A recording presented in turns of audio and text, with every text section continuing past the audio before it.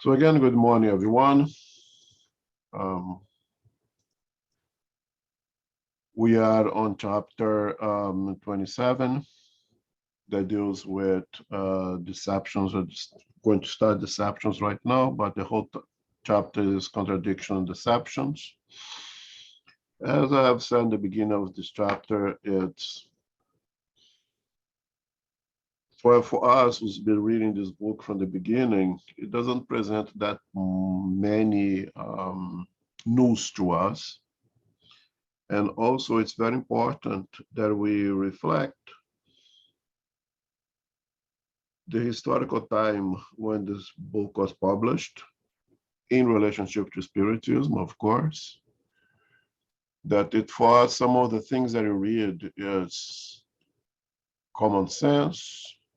We know this already. You have read all the books of the doctrine, and you have read all the books that are complementary to the codification.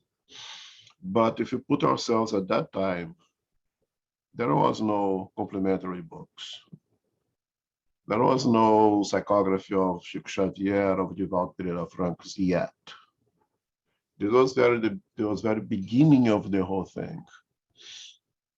So these informations are extremely relevant and important at that time, and of course, 100% applicable today.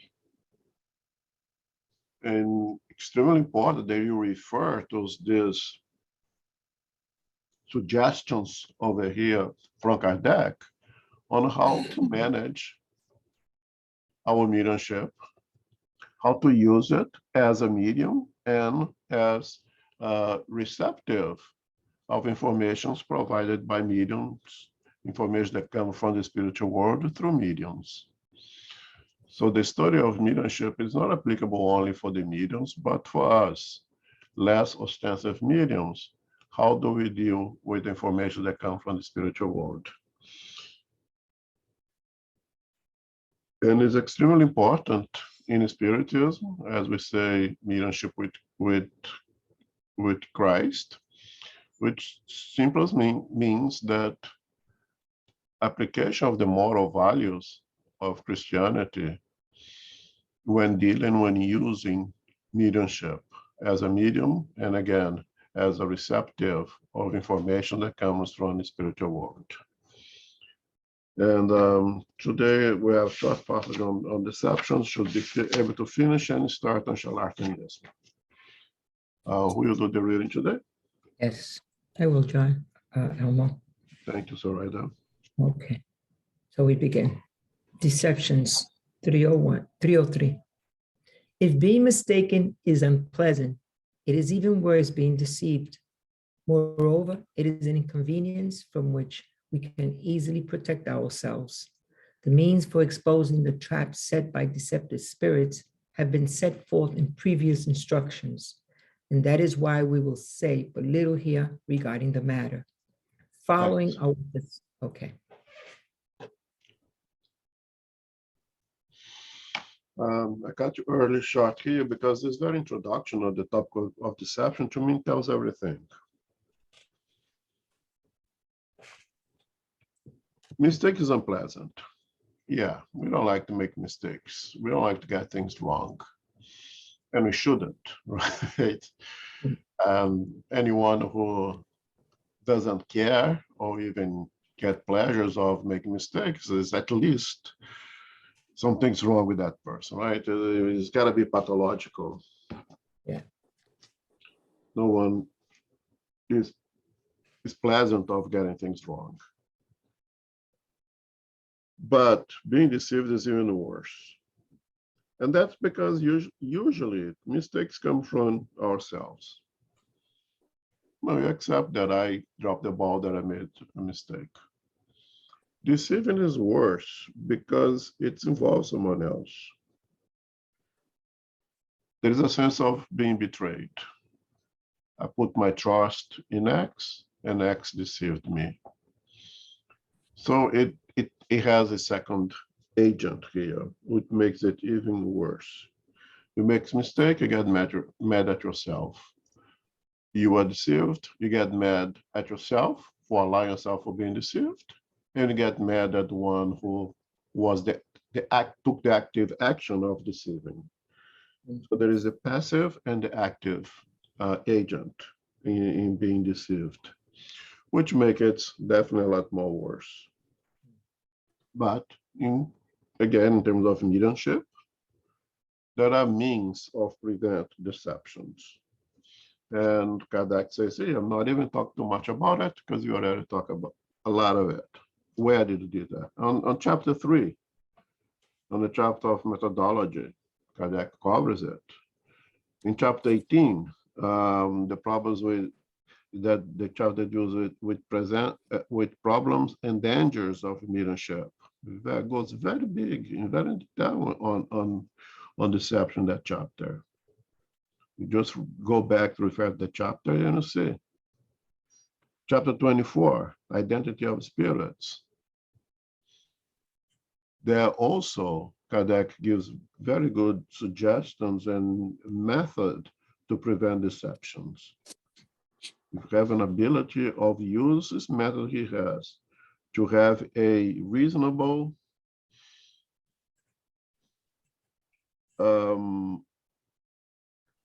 ability to identify that spirit as deserving our trust or not. And remember, Kardec says, you better reject the truth before you accept a lie, right? If you have the ability to suspect anything, any risk of deceptions, by using the method that he gives us in identity of spirits, we are more likely than not to not be deceived. So Kardec gives us in this book, that chapter 3, chapter 18, chapter 24, plenty of means for us to prevent deceptions. And that, of course, deals with the very first question over here that we're going to talk about now. Okay. Following on what the spirits have said about it. Number 1, deceptions are one of the most disagreeable stumbling blocks of practical spiritism. Is there any way to avoid them? It seems to me that you can find your answer by referring to what you have already learned. Yes, there is, of course, a very simple method, which is not to ask of spiritism anything more than what it can and must give you. Its goal is the moral perfection of humankind.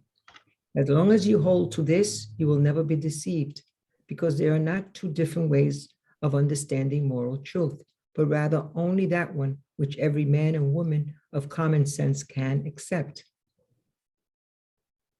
The spirits have come to teach you and guide you along the path of morality and not the path of fame and fortune, or to attend to your petty passions.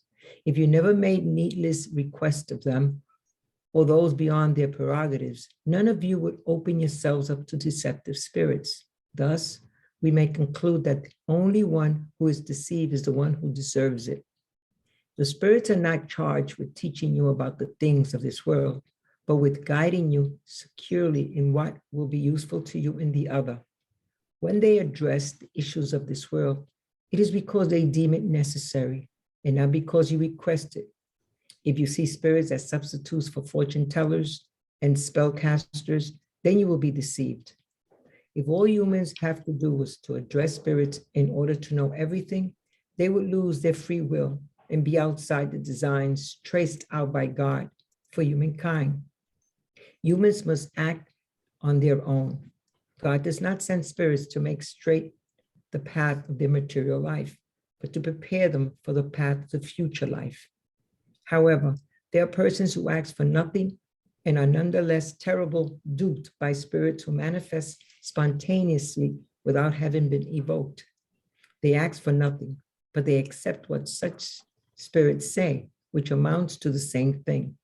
If they would distrust anything outside the essential objective of spiritism, frivolous spirits would not deceive them so easily. Thank you.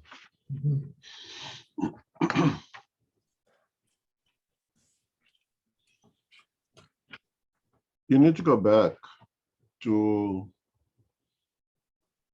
what is the objective from the spirits, from the spirit of truth, from all those enlightened spirits who get themselves together and offer to us this doctrine through mediumship, of course. What do they want from us, or what do they want to give us? And Kardec says over here, its goal is the moral perfection of humankind. So that's the objective of spiritualism. As Erasto tells us in this book, your only intention is to upgrade your moral values. It's to bring you closer and closer to the perfection that awaits you, morally speaking. And Kardec says, as long as you hold to this, you'll never be deceived. Because it's very hard to be deceived on moral values. The moral values, they're pretty much equal amongst all cultures, amongst all religions. I mean, if you take just basically the Ten Commandments, it's pretty much equal everywhere. Because there is only one truth, there is no way to break down the truth of the moral values. Because I leave clear here, because there are not two different ways of understanding moral truth, but rather only the one which every man and woman of common sense can accept. So in association with reason and application of the moral values, it becomes rather difficult for us to be deceived in accordance to the objectives of Spiritism again.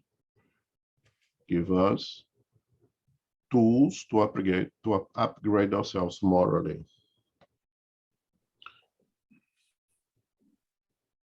And that's what they come to teach us.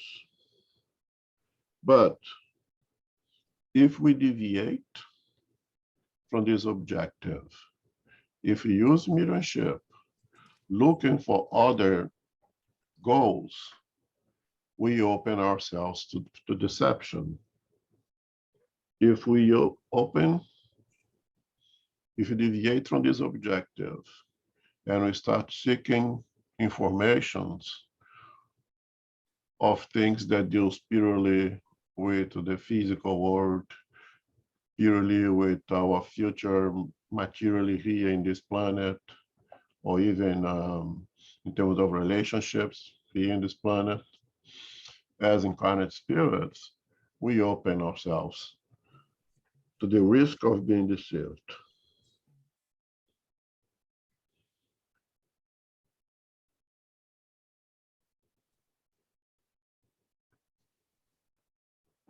So in reality, Kardec says over here that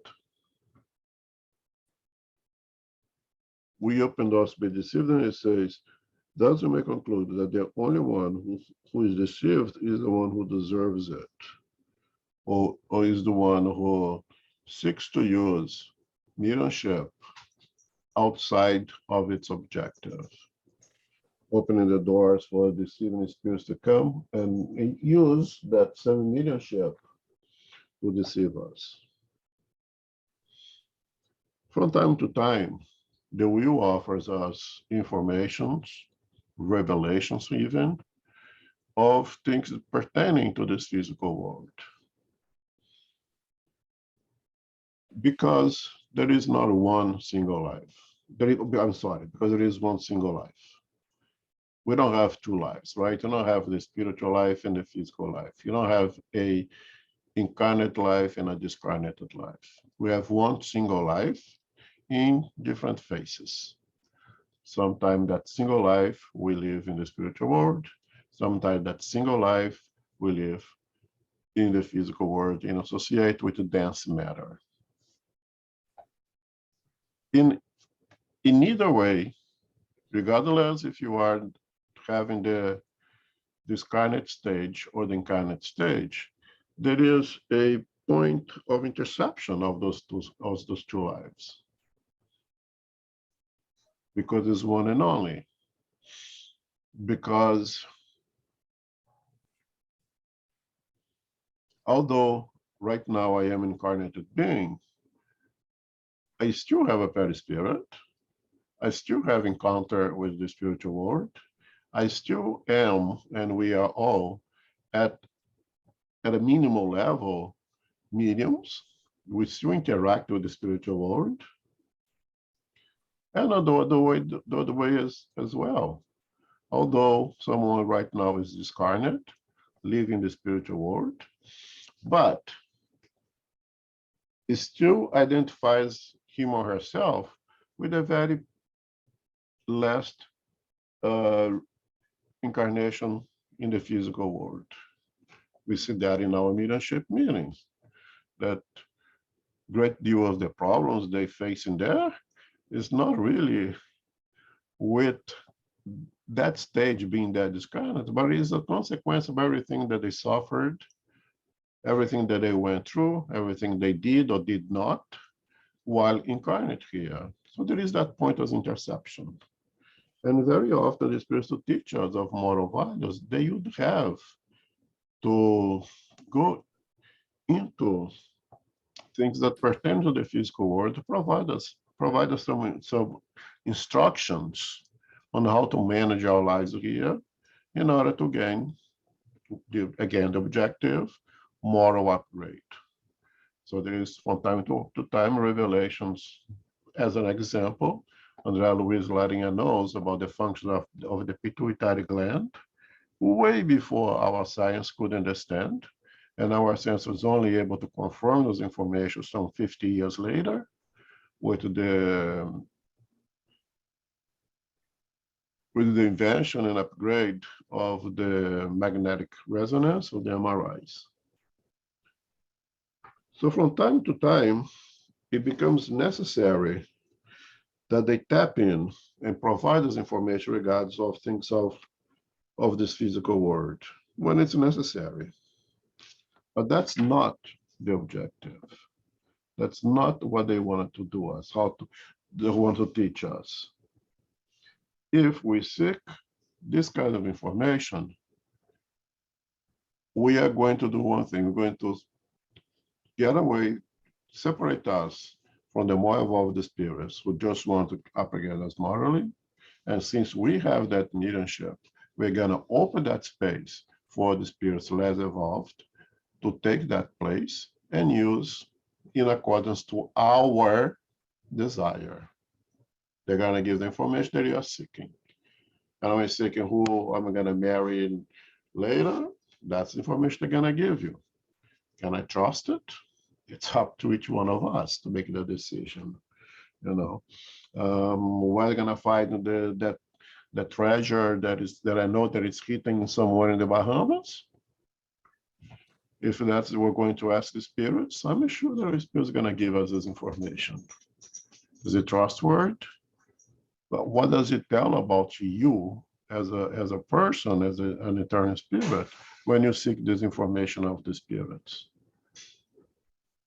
With what kind of relationships you're seeking to establish, with whom you want to establish a relationship with spirits. And once we invite them over, they will come in. Perhaps get rid of them may not be so easy. So in reality, we make those choices.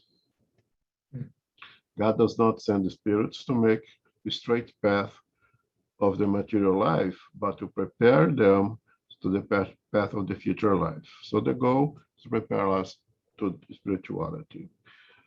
We are here to figure things out by ourselves. Otherwise, it makes no sense coming here. If every time that we face a challenge, we ask the spirits to resolve it to us, when are we going to develop the intelligence, the skills of resolving problems ourselves? If every time I question something about nature and the spirit just answers us, how are we going to develop our sciences? We want. So we need to take the steps. You need to do the work of conquering things ourselves. But if you ask, there will be someone there to give the answers. Remember when Kardec heard from a group of individuals got started in Spiritism, that was the Spiritist review, that they receive communication from a bird. Mm.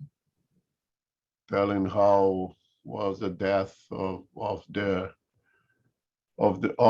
bird, of course, and the little ones, and when it was destroyed. Now, common sense will tell us that's not possible. Common sense will tell us that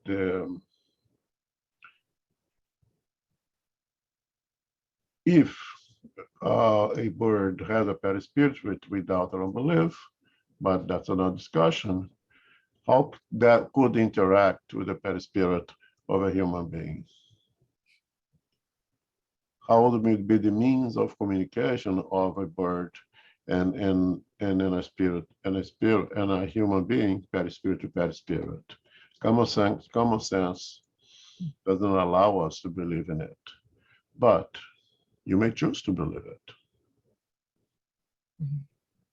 And once you start to believe in it, with have an association with deceiving spirits like that, you may find it hard to get rid of it.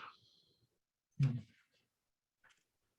Now the question, however, there are persons who ask for nothing and are nonetheless terribly duped by spirits who manifest spontaneously without having been evoked. The fact that I did not ask for something, but something offered, someone offered me something, and I accepted, makes me equally guilty of opening myself to being deceived. And it shows my pride or my selfishness or my interests beyond obligating myself morally. It's almost like, no, I'm not a thief. I don't steal anything. I don't do anything illegal. But if a guy come to me and offer me a emerald ring with no diamonds around it, 18K gold, that I just saw on Macy's the other day and cost $7,000, and a guy offered me for $200, and I buy it. Does it make me associated with theft? I think any morally educated person would say yes, perhaps even worse than the one who did the action of going and stealing that thing, because we know it's stealing good. Oh, I did not steal. I did not ask for it. They offered me and I took it. Mhm. I'm equally guilty of theft as the one who did the action of stealing, in my opinion. So if I'm quiet on my corner over here, having an active mediumship and the spirit come and offer me some suggestion of what is that treasure, again, just an example, or as a more passive state, a medium come to me and say, I received that message from the spirits that the treasure is such and such place. Let's go get it. That shows what I am. That shows what my interests are. And that shows that I'm completely open to be deceived. So Kardec says, they ask for not, but they accept what such spirits say, which are most the same thing. Because of someone more morally evolved to say, no, I'm not interested. Yeah, it's a nice ring, but I cannot deal with that. Yeah, it's a nice idea to find a treasure in the Bahamas, but I'm looking for different things when it comes to mediumship, when it comes to dealing with the spirits. And there you close the door to deceiveness. Mhm. Comments, questions? Yeah, I think it's a very interesting subject, and I actually have been looking into this because recently I was sent some communications, alleged communications by Jesus through some different mediums here in the United States.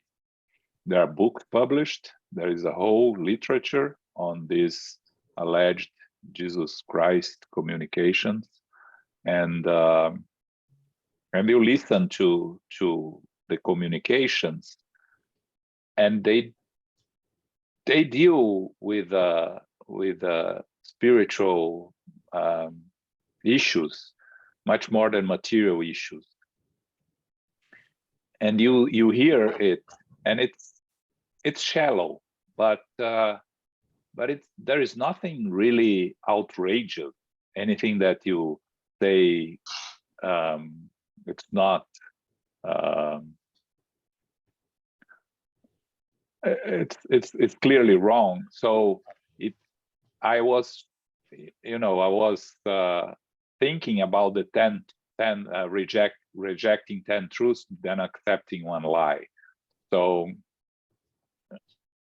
I was thinking, really, if a spirit claims to be Jesus on the communication, for me it's already a red flag there. So whatever truth comes from the communications, I risk accepting it, because there may be a lie in the middle, and then it contaminates everything. And if I'm not able to differentiate, I'll start not entertaining it, because I don't trust the origin.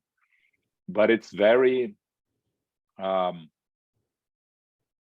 challenging, because there is a lot of followers of these alleged Jesus communications. I was thinking about it in Spiritism, right? If we talk about, in Spiritism, we don't have any message signed by Jesus. We have the Spirit of Truth that some people think is Jesus, some people think it's a group of spirits. Doesn't really matter, but I think it goes a little bit deeper, and we need to be prepared to deal with that when we go outside of the Spiritist community, to be able to discuss these so-called mediumship communications from perfect spirits, or spirits claiming to be perfect spirits, and to be ready to discuss it if needed, right? So these communications, they don't talk much about material things. They talk about spiritual things, but in a way very, in a very shallow way, in my opinion. If you study Spiritism, you go much deeper. Spiritism goes much deeper in the subject. But anyway, I just want to bring the topic, because I think it's appropriate to this study that we are having. Yeah, no, I'm glad you brought this topic, because as I said, it's much, much deeper than just the simple examples that I gave. A treasure in the Bahamas, or stolen goods, or telling me that I will marry such and such person, or you're not married. Today, the spirits who specifically are targeting the spiritual doctrine, they're extremely eloquent, smart, well prepared. Those who target Christianity, they're very well prepared. to target Christianity is to hurt the purity of the doctrine. And more it requires that we use the resource that you have in hand. Again, chapter 18, chapter 24, the identity of spirits, especially for what John's telling it here.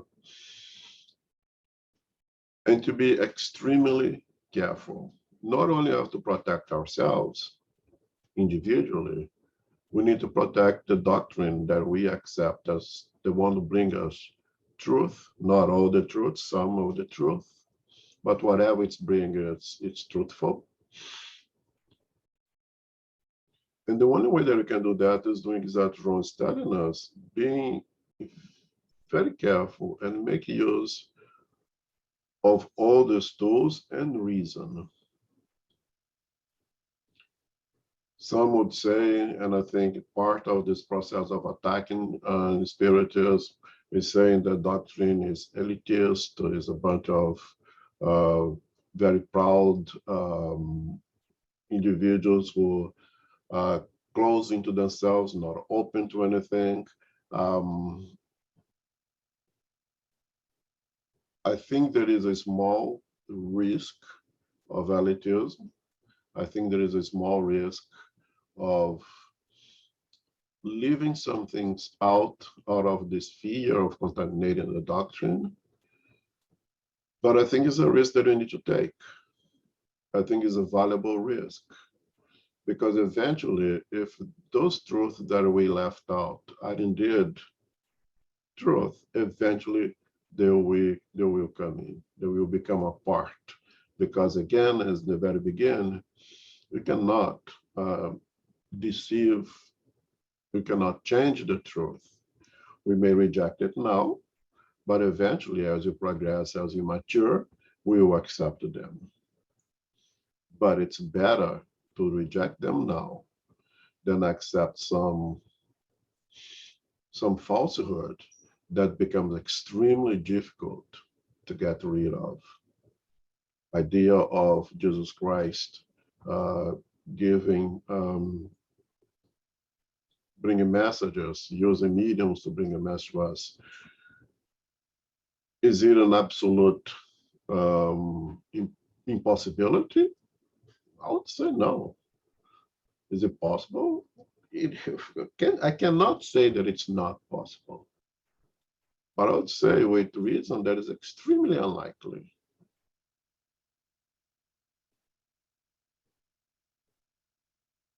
And I'd rather take the risk of not taking it now, knowing that I will take it later if it's the truth, of compromise myself, compromise my doctrine, and compromise Christianity, accepting someone else pretending to be Jesus. And you don't have to go that far, pretend to be André Luiz, pretend to be Bezerra de Menezes, pretend to be Gandhi, pretend to be Mother Teresa. You have to use the tools that we have to use right now, and that is not better than spirituals in my view, especially in this book. Use again chapter 24, chapter 18, and be extremely careful. Because again, those who want to derail the objective of this doctrine, the moral upgrade of humankind, they are smart, they are extremely capable. And they will use all the tools, and they have plenty of tools to stop the doctrine if they can. And we need to really be careful and protect this doctrine. Going a little bit further, Elmo, I think it's important to discuss why it's unlikely to be Jesus, right? Yes. According to Spiritism, the work of the spirits is done like a pyramid, with Jesus in the top and spirits connected to Jesus coming all the way down to ourselves. So the work is a collective effort for the progress of all spirits that are in the pyramid below Jesus.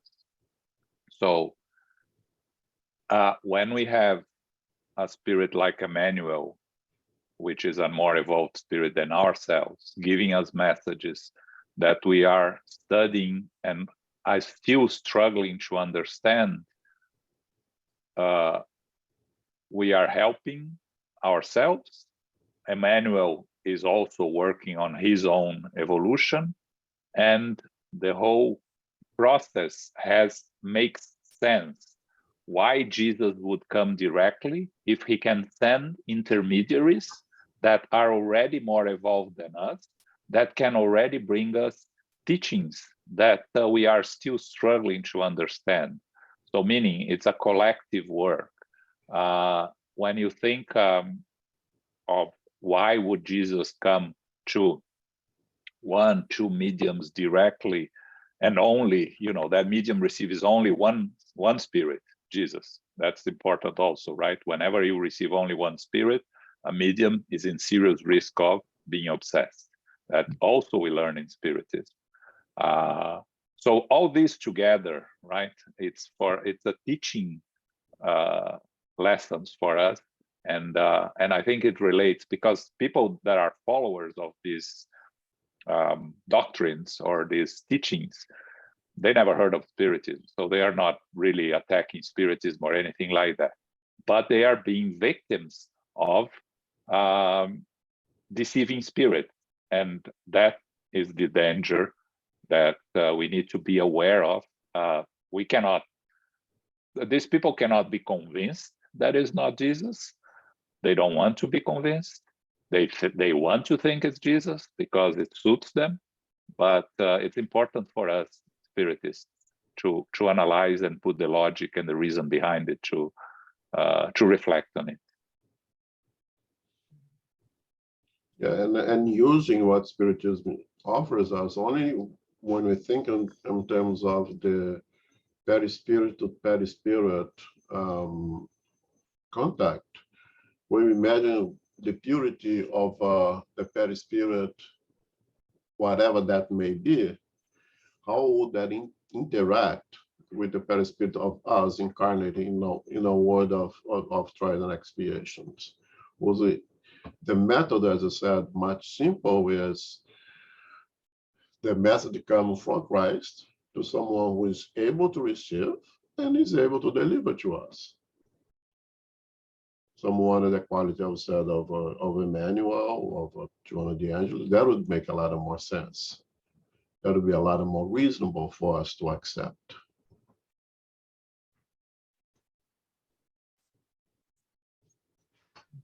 Yeah, but it's important for us to raise this issue because that's something that we're going to find here, in this country, and I've been looking at it recently because I've been sent some videos and some material, and it's interesting, right? I remember 20-something years ago, a medium in Brazil started publishing books by Emmanuel and André Luiz, both, and we were given the books and asked to analyze, and it was really, the conclusion was, there are many André Luiz, many Emmanuel. These are not the André Luiz and Emmanuel that wrote to Chico, because the content was, again, so shallow, so irrelevant. And what happened? Well, after 5-6 years, we haven't heard from this medium anymore. She disappeared. I don't know where she is, but there's nothing left. So the falsehood ends up being left by itself. It ends up collapsing on itself eventually. If we keep fighting, we keep feeding it. So, but it's important to understand. And again, just to leave it clear, we are not saying here that Emmanuel, André Luiz could not communicate with another medium, or a medium that he living here today. But that we have to be very careful in accepting those messages really coming from Emmanuel, really coming from André Luiz. With those two, we have plenty of resources that we can use to apply to see if really all the information that we get that leads us to believe that is indeed come from Emmanuel or from André Luiz. If there is any doubt, for the sake of protecting ourselves, for the sake of protecting Christianity and Spiritism, you better put it on hold, at least put it on hold for the time being. But again, we take a risk of not accepting the truth. But I think it's worth it to take that risk and attacking that truth at that time, knowing very well that if it's truth, eventually we'll take it. But if it's a lie, it becomes very hard to get rid of it. Because it puts the risk of being labeled as elitist or a little closed club. From people looking outside in, they may reach that conclusion, which is not truthful, but it may lead to that idea. It's a risk that we take as well, in my opinion. Yeah, and again, Spiritism is not easy. You have to study, you have to commit, and I understand that if people find it challenging, and it's much easier to go to a church where you contribute, and they say by contributing you're clean all your sins, right? External actions will clean your sins. It's much easier to accept that and to go for that than to put the hard work that Spiritism requires for our internal transformation, right?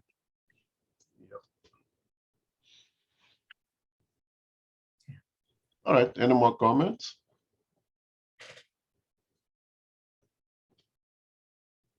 All right, let's finish this topic now, number 2. Okay.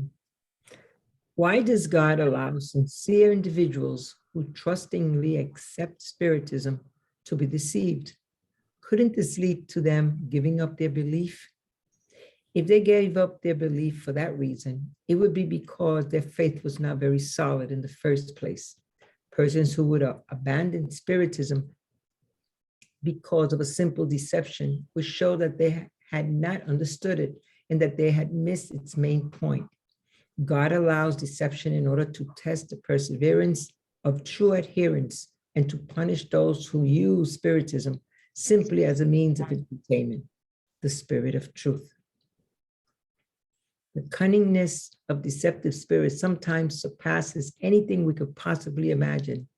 The artfulness with which they erect their weaponry and plot ways of being persuasive would deserve attention even if they were limited to innocent pranks. However, deceptions can lead to unpleasant consequences for those who are not prepared. We are very fortunate for having been able in time to open the eyes of many persons who have asked us for advice, saving them from difficult and compromising situations.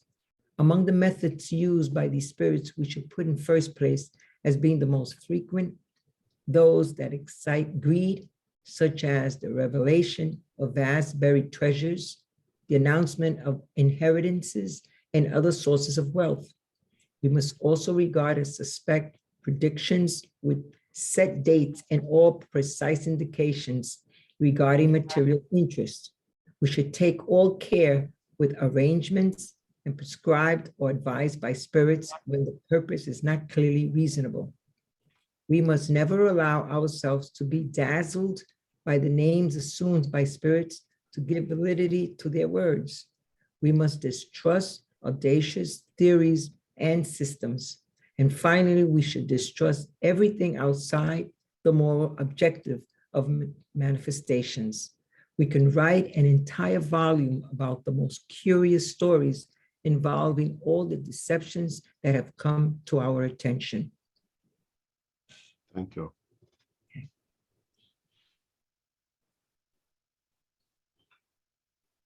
continue? No, thanks. Okay. So coming back to the beginning of this discussion, mediumship is offered to us as a mean to help us to upgrade morally from it. If we use it for any other reasons, we open the possibility of deception. So it's not God allow or disallow it, right? God could stop. Yes, God could do everything as much as we understand. The little that you understand of God is basically nothing. But we understand God to be omnipotent. Could do anything. Could stop all the deceptions if you choose to. But in reality, couldn't, because has created perfect laws, would not break its own perfect laws. And one of those is our ability to exercise our free will to make decisions. So that already eliminates this. God could stop or could not stop. If God had created perfect laws that give us the freedom of make mistake and demands that you go to the experience to make those corrections, to learn from those mistakes, then God would not stop us to be deceived when we open the doors to deceptions, when we exercise our free will of taking falsehoods as truth.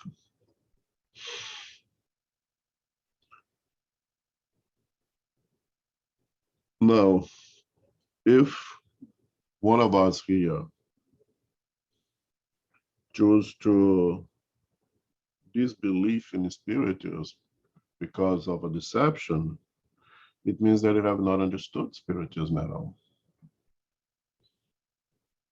Because we cannot unlearn. We have not learned. By just playing the roles of just as anyone going to any temple and just believing. And spiritualism is not here to provide us belief. Spiritualism is here to teach us, to give us knowledge. And we cannot unlearn something, but we can stop believing something. So we have really, not really, get spiritualism yet. So if they give up their belief for that reason, it would be because their faith was not very solid in the first place. And if you recall, Kardec states that faith requires a foundation, and that foundation is knowledge, is understand its reason. And when I was read that the first time, it came to the idea, a crazy hypothesis. Again, I created, invented, it's totally crazy. Okay, the hypothesis did not happen. And the hypothesis is such. Divaldo Pereira Franco comes and gives us the news. And I'm quoting Divaldo now. I was never a medium. Just think of Joana de Angelo never existed. I made this whole thing up. I find that to be a way of traveling for free, of learning, going to different places of the world, of getting myself all the honors, and it worked very well for me. But now that I'm ready to go to the other side, I want to come through and tell the truth to all of you. What would that news, what would that statement of Divaldo do to you individually? You don't have to answer. Just think about how would it affect you personally of your relationship with the doctrine, with everything that you have gained or not with this doctrine. What would you do from that point on? Would you walk away from the spiritualism and say, no, I don't believe in anything anymore? Or the moral teachings that we have gained here together, loses its value immediately?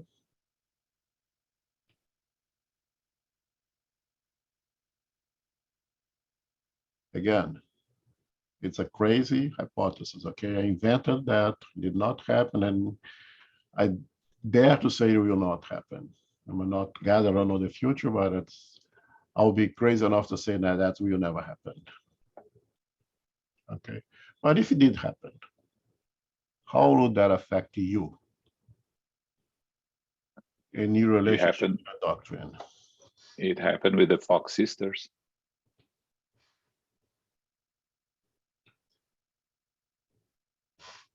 Just a parenthesis here. Yeah. But now that you have spiritism, that was known before spiritism. Now that you have spiritism, now that you have all those books, now that you have all those psychographies out there,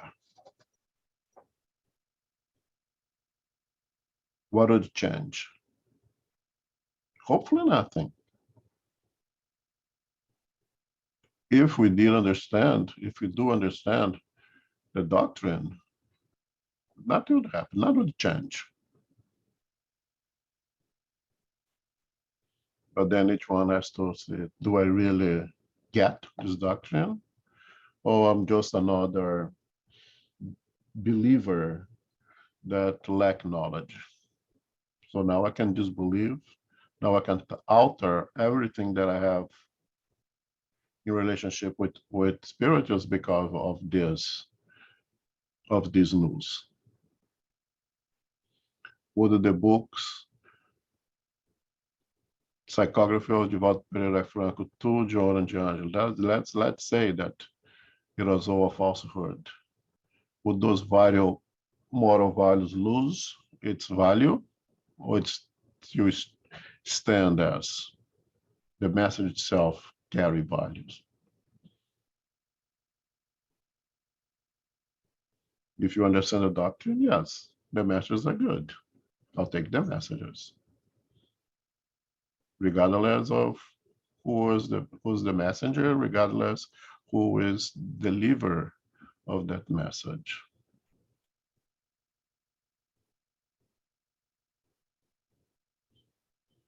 So it's something that it's perhaps we think, oh no, I have my belief's my belief, but is it? What is the foundation? Is that foundation strong enough to deal with all those crazy news that may come to us? Jean just the other day sent me something about, I know, a group calling spiritism of what is it, racist? Is it a good word? Yeah. Yeah. How does it alter your relationship with the doctrine?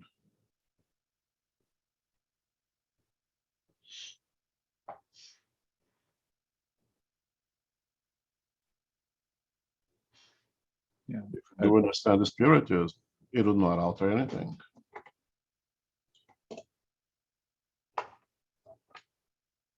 I heard of a case, Elmo, that it's practical case that that happened in Brazil.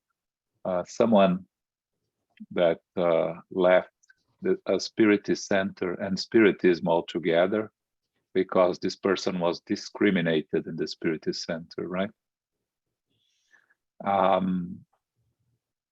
And again, that's exactly the point, right? We need to learn to differentiate spiritism of spiritists, right?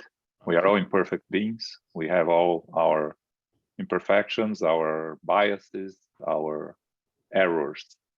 But the spiritism, if you really study and understand, you don't leave spiritism.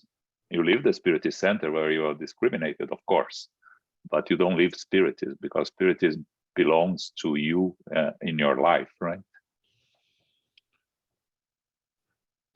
But this person lacked knowledge of deep knowledge of spiritism, right, and left spiritism altogether. Right. It'd be like someone who reads about the Crusades and stop being Christian because of the Crusades. Yeah. You know, unfortunately, as I said, and we are here because we are sick, and this is an opportunity to heal ourselves. We are here because we are ignorant, and this is a school that gives opportunity to enlighten ourselves. And among us, the Spiritist community, there are plenty of sick and very sick individuals, there are plenty of ignorant and very ignorant individuals, but all trying to better themselves and make horrible mistakes, as perhaps discriminate due to race, due to sexual orientation, especially sexual orientation these days, due to the color of the skin, but that again is the individual. It's not a doctrine. And again, we have to combat those discriminations in spirituals as well as in society, equally. Unfortunately, it happens, it will happen, but it is very important, John said, to separate things, to separate the individual from the doctrine, to separate that specific spiritual center from the doctrine. The same way that you must separate Jesus from those who promoted the Crusades.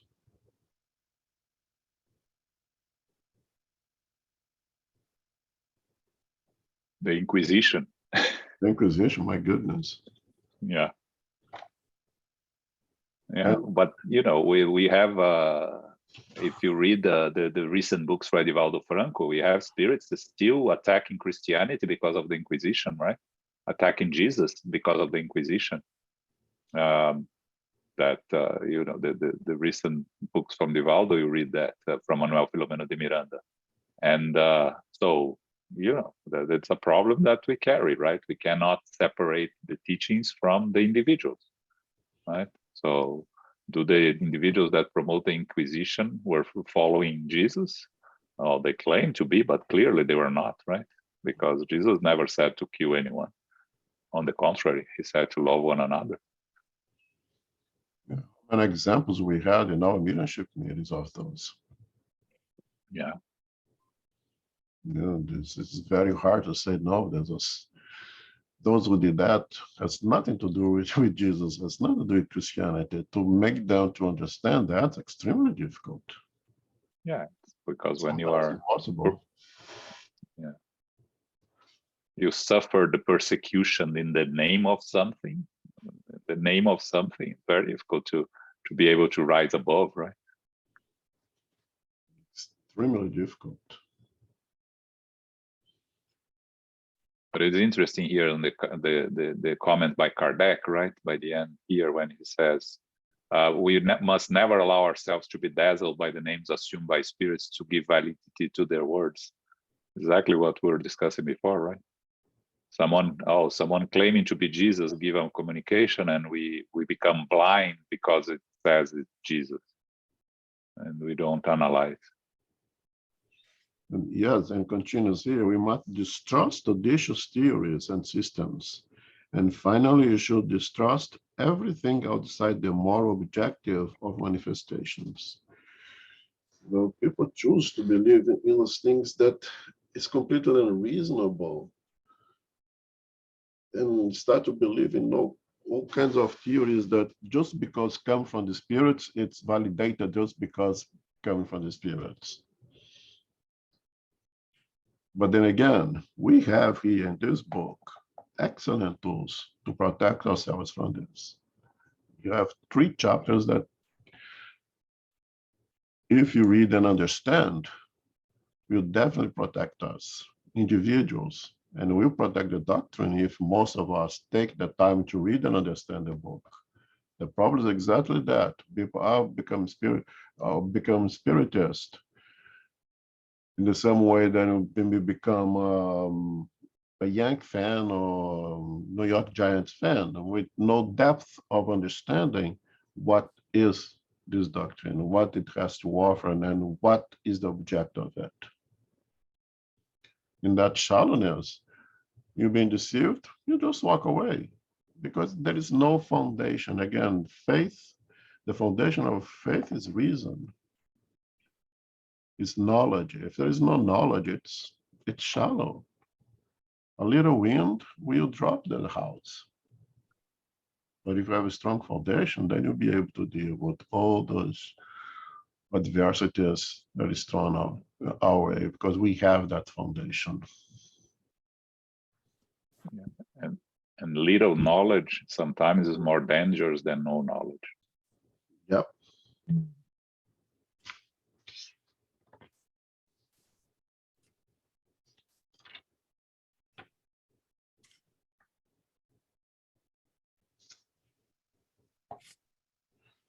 All right, any more comments?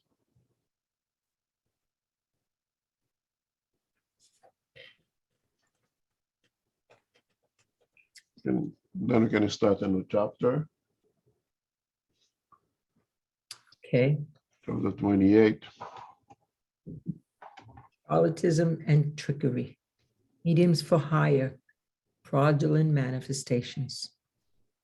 304. Since anything can be exploited, it is no wonder that there are persons who want to exploit spirits.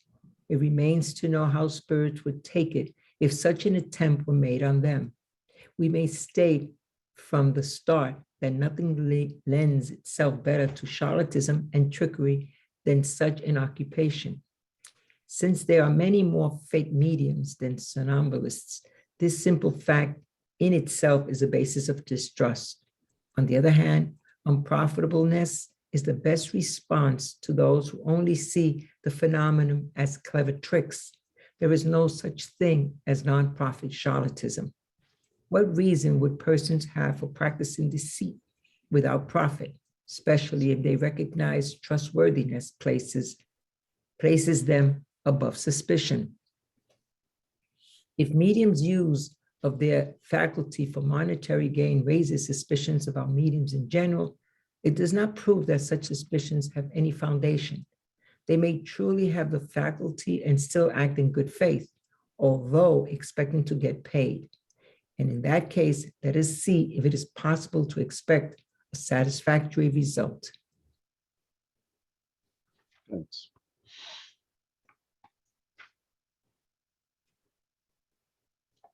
Since everything can be exploited, it is no wonder that there are persons who want to exploit spirits, but in the same way, there are spirits who want to exploit mediumship as well. No, it's one of the same, right? There are individuals who want to use mediumship for their own objectives, and there are spirits who used to want mediums for their own objectives, and make appearance that we are telling you those objectives are outside of the true reason of mediumship in accordance with the doctrine of spiritism. I have to be very clear here. There are thousands of mediums out there practicing mediumship, following different guidelines or following no guidelines. But in accordance with the guidelines provided by spiritism, it's solo for the moral upgrade of humankind, individual, of course, that will generate the upgrade of the community.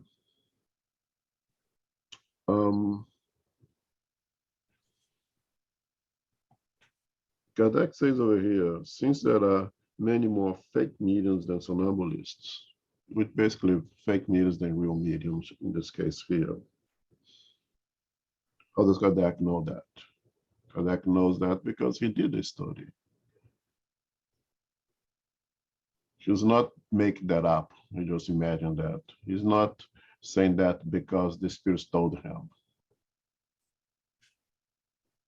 He reached that conclusion by studying it, used the scientific methodology, and will be able, Kardec himself, to find a lot of charlatanism, a lot of trickery, and was able using the scientific methodology to see to make that statement. There's a lot of people they're using mediumship and are not really mediums. And later it says that there are also who are mediums, real mediums, but they also misuse their faculties. And one of the things that in spiritualism is this misuse of the faculty is to make it to use it as a means of profit. And here we discuss right now only monetary, but you know that the other ways that the mediums may use their mediumship to profit, not only financially.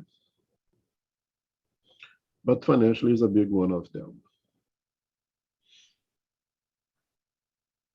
Because in general, when we fake our mediumship, when we misuse of our mediumship, it's because we want to gain get monetary profit from it. We want to get something out of it. And when we do that, if there is one medium that is misusing the mediumship, that is providing wrong information or unreliable information, it put at risk all the other mediums. It affects not only the one who is doing it, but involves the whole class itself. If there is one plastic surgeon misusing their ability purely for profit and overdoing cases and overcharging of things, it puts at risk the whole class of plastic surgeons. One start to distrust the whole community because of one individual,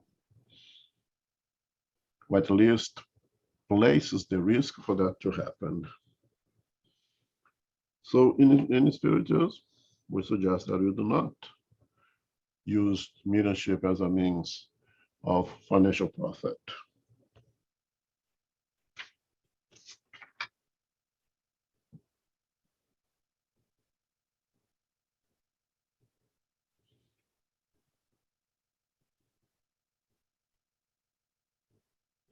Now, Kardec says over here that among those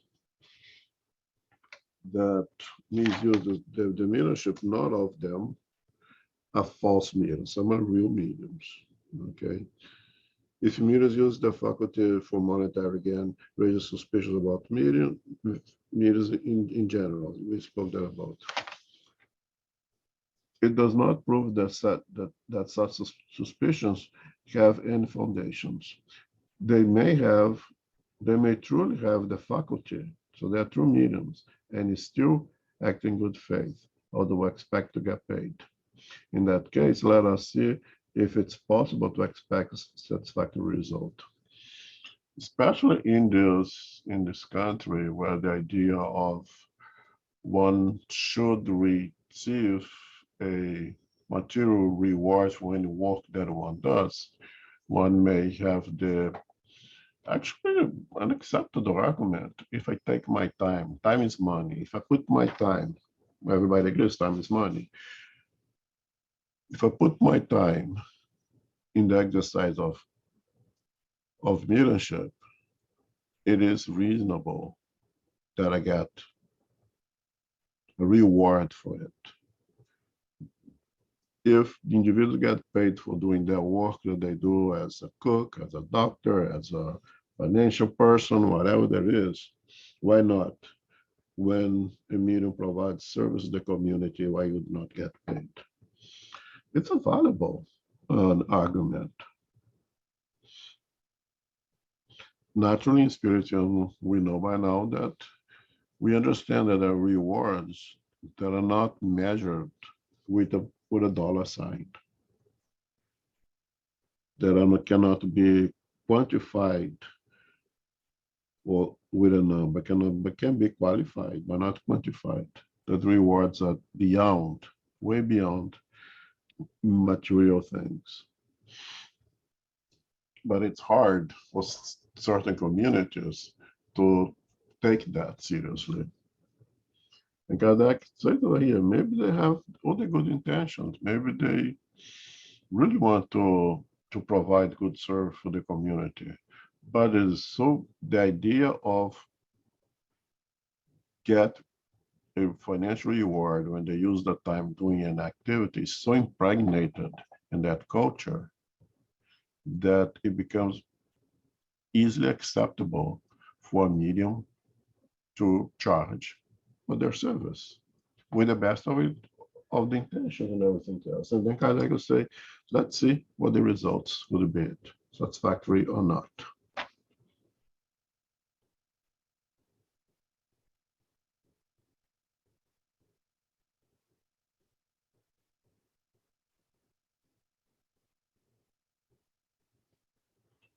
What is the question will be in the chat? Let me read to everyone. Can we believe in a medium who asks for money to explain some situation that happens in our life? For example, once a mother paid a lot to understand why she has two daughters with psychological problems. Personally, I think that you have to take individual to individual, because the fact that that medium charged does not say that she provides wrong information. Does not mean that that medium is unreliable, that the medium is lying.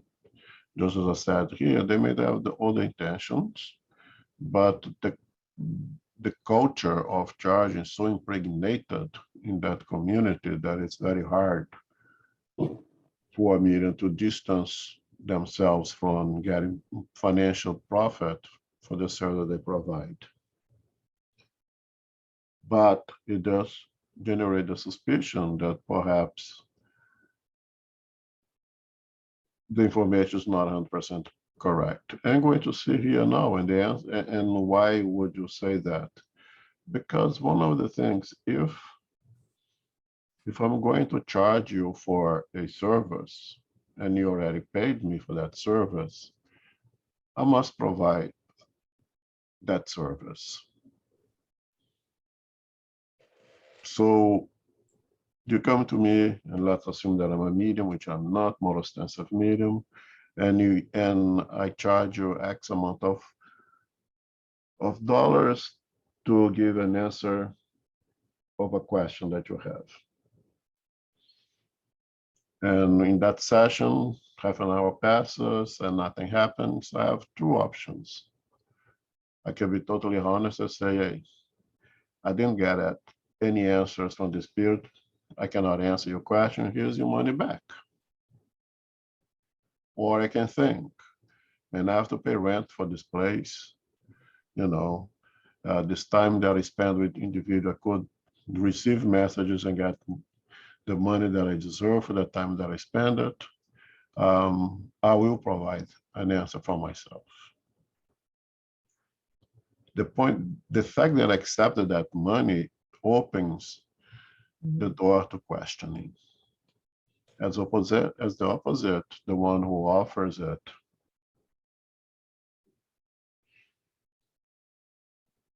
without expecting financial and material rewards is more trustworthy, but not always as well. The pride of the medium may interfere a lot with that as well. The moral values of the medium may make that medium to make up that information or receive that information from spirits who are not able to provide that information, gives false information. So that's also another possibility. What I'm saying is that the fact that individual charged, not necessarily, so they'll provide the wrong information, but it may make it more suspicious that you have to be extra careful with that. If my business is to provide information and make money from it, then I have to provide information. And Shikshav always tells us the telephone rings from there to here, not from here to there. If the spirits do not intend to provide those informations, they will not provide those informations. Now, as a medium who charge, and I'm going to give them money back.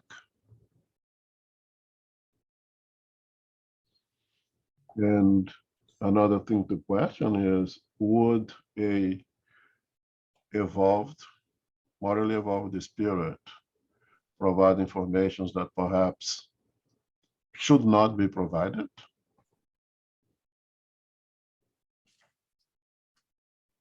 Why does my kids have psychiatric disease? Why did my husband end up with this kind of cancer? Not always should be revealed. Would this is more evolved spirit provide information that would cause more harm than good? That's something that we need to consider as well. But I'd like to hear what João has to say about that. Yeah, the question here is, everything that Elmo say is true, and there is very little to add. The intention when you go to someone and pay to understand, to help them helping you solve or understand the problem. Again, you go to a medium here in this country, you know nothing about spiritism. All mediums are paid here. So you go with a sincere desire to find an explanation. You may receive the information you need if you merit receive and it's worth for you to receive. The more evolved spirits will be there to provide you the information if it's necessary. But there are so many risks involved in it that Elmo explained, right? Meaning, should you know the information? Because it may be more damage to you and to your kids than not knowing. Is the medium really receiving the information from a medium once it's from a spirit once it's paid? So it creates a lot of doubt here. So the thing is, for a person that already went, that already received the explanation, what to do with it now? And I think the question is, how is this explanation going to help me and my kids, my daughters, or if it's not going to help? So if it's not going to help you, the person or the daughters, then you should discard. But if the information has some value to help, you use it. But again, once you are, for us here, once we study this chapter, once we understand how the process of mediumship works, then we cannot go and pay for a medium because we are going to be deceived, because we know better. Now, when you don't know, you can go and receive the information that you need to receive or not. And again, it's difficult to say. It will be on a case by case.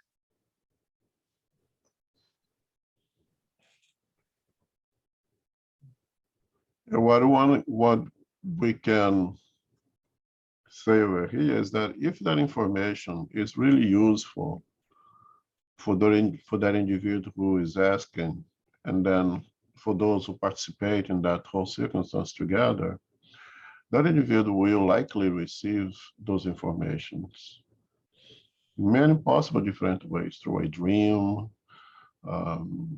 to many ways. If it's useful, it's good. If it will promote some kind of strengthening of faith, alleviate pain, it's a good chance that individual you receive the answer that they are looking for.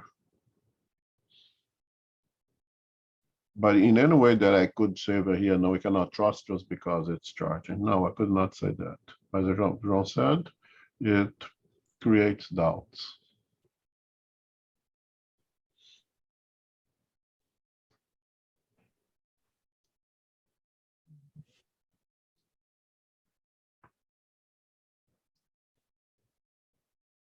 Okay. Do we have time to go to the next one, or it's long? Yes, it's long. I think I'll stop here. Yeah. Because it does suggest questions, and we're not going to be able to answer them. So what do I do next month? I'm just going to read the same passage again, but just read it and then continue. Yeah, I think that the subject, it's very important because it's something that, again, mediums for hire, right? It's something that we are going to be asked a lot. And you know, recently I have been asked this question. Someone in another group asked specifically about this to the coordinator of the study, and she came and asked, here, what can I say here, because they are saying that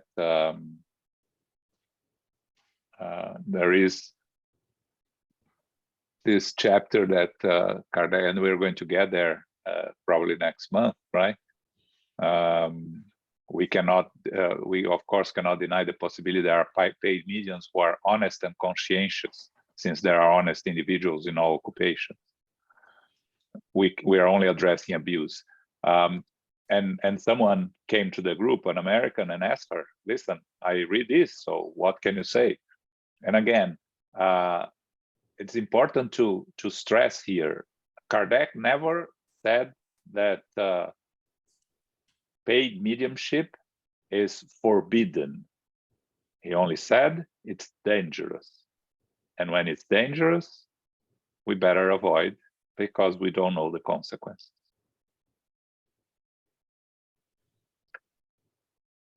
And again, as we study mediumship here, in accordance with Spiritism, in accordance with the guidelines of the codification. But mediumship does not belong to Spiritism. Mediumship always existed way before Spiritism, and is being practiced in many different ways. Following the objectives of doctrine to upgrade humankind morally, it does in itself, in this objective, suggest that there is not much room for charging. There's not much room to make mediumship as a profession.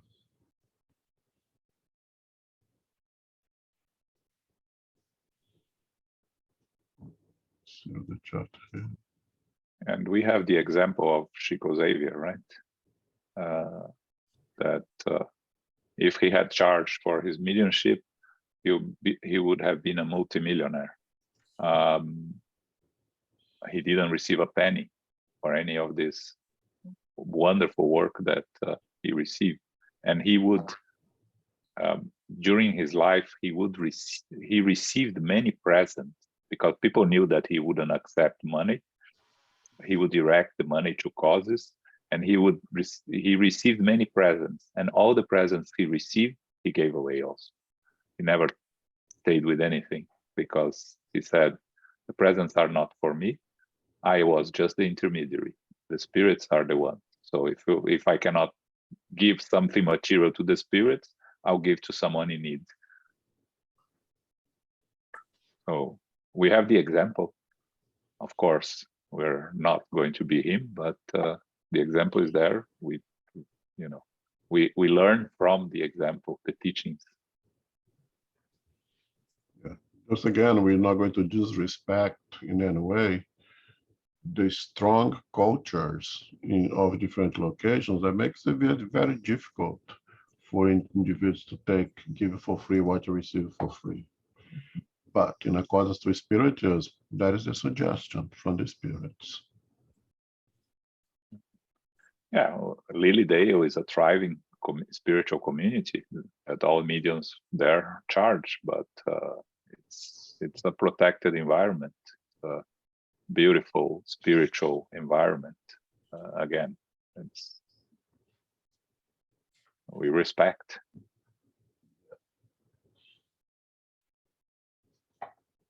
Very good. Thanks, everyone. Thanks, Wayne, for your comment. So this week, Thanksgiving week, will be closed on Thursday, which is Thanksgiving, so we won't have our spirits book study at our center, but we are open the other meetings. So tomorrow, Tuesday, the Jussara study group of the book Empty Lives. And next Sunday, we'll be doing our Q&A session, so we can continue to discuss these and other subjects on our Q&A if you have any additional questions, any doubts. And the book club on Wednesday also, we do have it. Very good. Okay. Gary, can we go final prayer, please? Sure. Thank you, Elmo. Thank you, John and Sarita, and everyone who participated. Infinite Creator and Supreme Intelligence, we are grateful to be together today for our study of the Medium's book, The Topics of Deception and Trickery. The good spirits and spiritual benefactors will protect us and assist us with our moral and intellectual development through serious and balanced mediumship. Through our free will and studies, we use discernment to analyze mediumistic messages. May we avoid the traps of deception, predictions, communications using prominent names, overly material matters, trickery, and financial gain. These are the pitfalls to avoid. We give thanks to our spiritual benefactors, the good spirits, the protector spirits, for guiding us and inspiring us today. May we receive the love, light, and peace of Christ within our hearts, minds, and our daily activities and actions. We pray for suffering spirits in the spiritual world and the physical world. May the spiritist centers worldwide be protected and blessed and guided.